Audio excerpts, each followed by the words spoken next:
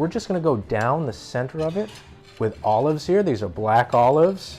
Down the other side with these olives. And now we're gonna just spread some herbs right in between those olives. All right, and once we're done with our herbs, we're just gonna roll this up, and this is going to be the border for our cheesy puff pastry. And once we're done rolling this, we're just gonna start to twist this up into a spiral pattern.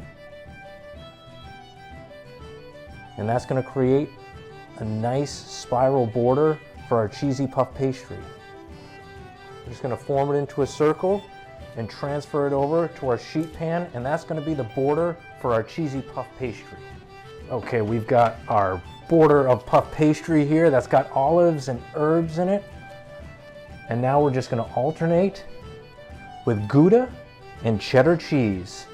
And finally, a whole wheel of Boursin cheese. We're gonna put this into a 350-degree preheated oven until golden brown, and on to our next step. Doing here, we've got a bag of crushed Cheetos. This is gonna go right into our pan here. These are gonna be our breadcrumbs for chicken, and we're just gonna cut little thin strips, leaving it all intact.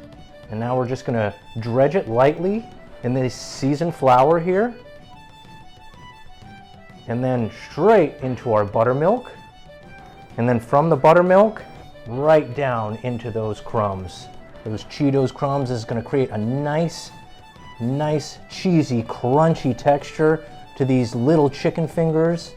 And now, we're gonna skewer it, and we're gonna put our final octopus chicken tender on our skewer. And we're gonna bring it gently over to our oil here. As these chicken octopi are done frying, we're gonna gently remove them from the oil, shake the excess off onto our plate here. We're gonna move to our next step. What are we doing here? We got a little sriracha to spice up our lives. We're gonna do some lines right down the center here. Right, and now we've got some chives here. And now we're gonna roll this up to create our little pinwheels. Just fold the edges up. And the first roll, we're gonna cut equal portion size. We'll finish cutting our final one. We're gonna make our little pinwheels here, our little 4-leaf clover pinwheels. And then you can just unwind one and twist it a little bit. We're done twisting these stems up. We're gonna bake. All right, what do we have here? We've got a face. And now we're gonna complete it. And we're finished with the beard there. And now we've got to complete it with our little mustache here. And now our lucky 4-leaf clover shamrocks.